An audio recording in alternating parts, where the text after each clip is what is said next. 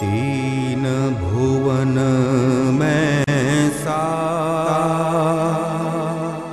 वीतराग विज्ञान शिव स्वरूप शिवकार नमः त्रयोग संहारिकै नमः त्रयोग संहारिकै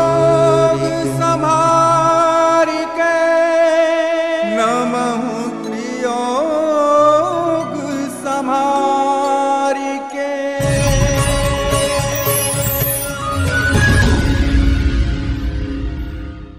ओम नमः सिद्धेभ्य ओम नमः सिद्धेभ्य ओम नमः सिद्धेभ्य। नमो रियंताणम नमो सिद्धाणम नमो आयर्याणम नमो वज्रायाणम नमो लोये सवसावणम। मंगलम भगवान वीरो मंगलम गौतमो गणी मंगलम कुंद कुंदाद्यो जैन धर्मोस्तु मंगलम। सर्वमंगल मांगल्यम सर्वकल्याणकारकम प्रधानम सर्वधर्मानां जैनम जयतु शासनम जैनम जयतु शासनम। तीन भुवन में सार वीतराग विज्ञानता शिव स्वरूप शिवकार नमो त्रियोग समारिके। जय बोलो आदिनाथ भगवान की जय हो। छड़ाला के अंतर्गत तिर्यंच गति के दुखों का वर्णन पूरा हुआ। नरक गति के दुखों का प्रारंभ हमने कल किया था। आज हम समझेंगे कि नरक गति में किस किस प्रकार के दुख है। सबसे पहले हमने नरक के जन्म के दुखों के बारे में चर्चा की थी कि नरक में जीव औंधे मुख जन्म लेता है, अर्थात उसका सिर नीचे होता है, टांग ऊपर होती है, और जब वो पृथ्वी पर गिरता है तो पुनः फुटबॉल की भांति उछलता है। और इस प्रकार से अनेक बार उछलते हुए और अनेक बार नीचे गिर के उछल के गिर के और वह जन्म धारण करता है। उसके जन्म धारण करने के अंदर ही उसको अनेक दुख भोगने पड़ते हैं।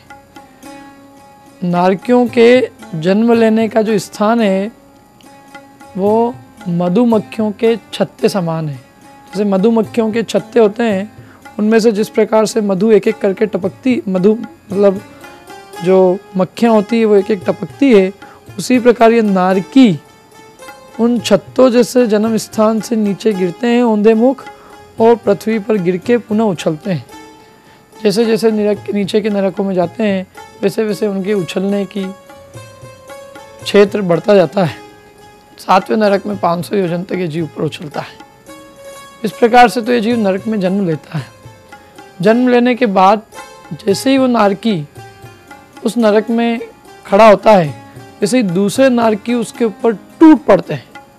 जैसे आपने कभी देखा हो कि एक गली का कुत्ता यदि दूसरी गली के अंदर घुस जाए तो उस गली के सारे कुत्ते मिलके उसके ऊपर टूट पड़ते हैं। उसी प्रकार नारकियों में परस्पर में इतना बैर होता है कि एक नारकी को देखकर दूसरे नारकी उसके ऊपर टूट पड़ते हैं, फिर वो नारकी भी उन दूसरे नारकियों के ऊपर टूट पड़ता है। इस प्रकार से नरक में निरंतर एक दूसरे को ही पीड़ा दिया करते हैं। एक दूसरे को निरंतर दुख देने में उन्हें आनंद आता है। यद्यपि दुख देने से उनका कोई प्रयोजन सिद्ध नहीं होता, तथापि उनके अंतरंग में इतनी तीव्र कषाय होती है कि वे एक दूसरे को दुख दिए बिना रहते ही नहीं। इसलिए दौलत राम जी ने कहा, अत्यंत घोर स्वब्र सागर में पड़ियो, अर्थात अत्यंत दुख रूपी समुद्र में ये जीव पड़ा। वहाँ की भूमि का स्पर्श कैसा है, इसके बारे में दौलत राम जी क्या कहते हैं, इसको हम अगले दोहे के माध्यम से देखते हैं। अगला दोहा, तहाँ भूमि पर सत दुख सो बिच्छू सहस डसे नहीं तिसो तहाँ राध सोणित वाहिनी क्रमिकुल कलित देह दाहिनी।